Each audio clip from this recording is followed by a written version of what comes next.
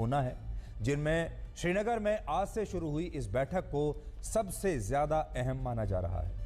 एक ज़माना था जब कश्मीर में भारत के तिरंगे को लहराना अपने आप में एक बहुत बड़ी चुनौती मानी जाती थी, और अगर कोई तिरंगा लहराने की कोशिश करता था तो उसकी जान खतरे में आ जाती थी। लेकिन आज हम आपको नया कश्मीर दिखाएंगे जिसे पूरी दुनिया ने देख लिया, क्योंकि आज G20 की जो बैठक श्रीनगर में हुई है, ये टूरिज्म यानी पर्यटन को लेकर है, जिसे टूरिज्म वर्किंग ग्रुप मीटिंग का नाम दिया गया है। और इस बैठक का आयोजन श्रीनगर में 22 मई से 24 मई तक शेर कश्मीर कन्वेंशन सेंटर में हो रहा है। इस बैठक में शामिल होने के लिए कुल 29 देशों को आमंत्रित किया गया था, जिनमें 20 देश तो G20 के स्थायी सदस्य हैं, लेकिन इनमें से भी 3 देशों ने इस बैठक से खुद को अलग कर लिया, या आप कह सकते हैं कि बहिष्कार कर दिया। इनमें पहला देश तो चीन है, और चीन के बारे में तो हमें पहले से ही पता था कि वो नहीं आएगा। दूसरा देश है तुर्की, और तीसरा देश है सऊदी अरब। चीन का कहना है कि वो जम्मू कश्मीर को एक विवादित क्षेत्र मानता है, और जम्मू कश्मीर पर अधिकार को लेकर भारत और पाकिस्तान के बीच लंबे समय से संघर्ष चल रहा है, इसलिए वो इस बैठक में हिस्सा नहीं लेगा। लेकिन सच्चाई यह है कि चीन ने पाकिस्तान की वजह से ही इस बैठक में हिस्सा लेने से इनकार किया है। पाकिस्तान G20 का हिस्सा तो है नहीं, लेकिन चीन इस संगठन का स्थायी सदस्य है, इसलिए कश्मीर के मुद्दे पर पाकिस्तान चीन से जो समर्थन चाहता है वो समर्थन चीन ने पाकिस्तान को दे दिया। दूसरी बात, इसमें चीन का अपना हित भी शामिल है। चीन ने लद्दाख में भारत की 43,000 वर्ग किलोमीटर की जमीन पर कब्जा किया हुआ है, जिसे वो अपनी जमीन मानता है, और लद्दाख पहले जम्मू कश्मीर का ही हिस्सा था। इसलिए श्रीनगर में G20 की इस बैठक से खुद को अलग करना चीन के लिए बड़ा स्वाभाविक था। लेकिन इसके पीछे पाकिस्तान भी एक बड़ी वजह रही, और चीन ने पाकिस्तान का साथ दिया, क्योंकि पाकिस्तान इस्लाम धर्म के नाम पर कश्मीर को बड़ा अंतर्राष्ट्रीय मुद्दा बनाना चाहता है। और बड़ी बात यह है कि इसमें मुस्लिम देशों का चरित्र भी आज पूरी दुनिया के सामने आ गया। G20 में जो 2 बड़े मुस्लिम देश हैं, सऊदी अरब और तुर्की है, इन दोनों ने श्रीनगर में आज से शुरू हुए G20 की बैठक के लिए अपना रजिस्ट्रेशन कराया ही नहीं, लेकिन अपने देश की प्राइवेट कंपनियों को इसमें हिस्सा लेने के लिए जरूर भेज दिया है, जिससे इन देशों का असली चरित्र पता चलता है। तो इन देशों ने असल में किया क्या?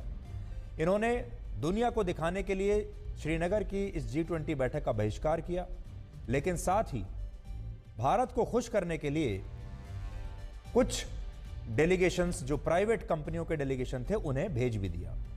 इस साल फरवरी में जब तुर्की में भूकंप की वजह से बहुत तबाही हुई थी, तब भारत उन देशों में था जिसने सबसे पहले ऑपरेशन दोस्त के तहत तुर्की को अपने यहां से मदद भेजी थी। तुर्की ने धर्म के लिए पाकिस्तान का साथ देते हुए यह बताया कि जब इस्लाम की बात आती है तो पूरी दुनिया के मुसलमान एक हो जाते हैं, और यही बात आज सऊदी अरब ने भी पूरी दुनिया को बता दी है। अमेरिका, चीन और UAE के बाद सऊदी अरब भारत का पूरी दुनिया में चौथा सबसे बड़ा ट्रेड पार्टनर है, और सऊदी अरब ने वर्ष 2016 में भारत के प्रधानमंत्री मोदी को अपने देश का सबसे बड़ा नागरिक सम्मान भी दिया था। लेकिन इसके बावजूद खुद को इस्लामिक राष्ट्र कहने वाले सऊदी अरब ने श्रीनगर में G20 की बैठक से खुद को अलग कर लिया।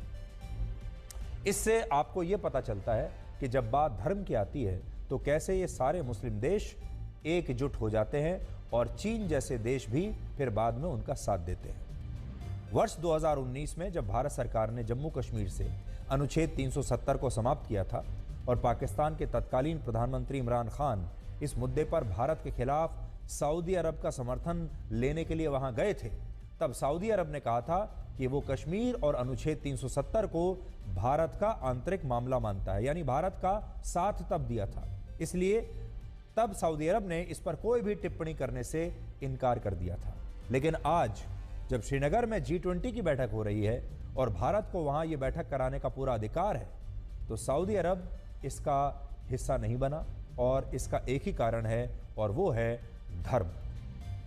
आज हमारा एक सवाल है, और वो ये कि आज जम्मू कश्मीर और जम्मू कश्मीर के लोगों की असली ज़रूरत क्या है? आज कश्मीर और कश्मीर के लोग क्या चाहते हैं? जम्मू कश्मीर के लोगों को आज विकास चाहिए। उन्हें ये चाहिए कि दुनिया भर से लोग वहाँ पर आएँ, दुनिया भर में कि लोगों को कश्मीर दिखाई दे, और सबसे बड़ी बात यह है कि कश्मीर के लोगों को अपॉर्चुनिटीज, मौके चाहिए ताकि वहां पर विकास हो, आर्थिक रूप से वो तरक्की करें। लेकिन इन तमाम देशों ने खुद को इस बैठक से इसलिए अलग कर लिया क्योंकि ये देश सिर्फ डोमेस्टिक कॉन्स्टिट्यूएंसी अपनी जो इनकी है और अपने धर्म को इन चीज़ों से कहीं बड़ा मानते हैं, और इसीलिए कश्मीर के लोगों को असल में इन देशों का साथ चाहिए था।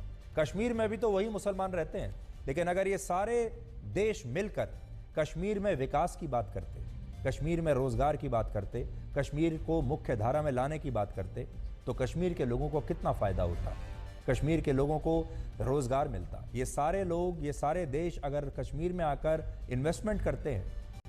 यह फैसला 70 साल पहले लिया होता तो मुल्क बर्बाद न होता। 1 महीने से जारी रेसलर्स के धरने में नार्को टेस्ट का एंगल भी आ गया।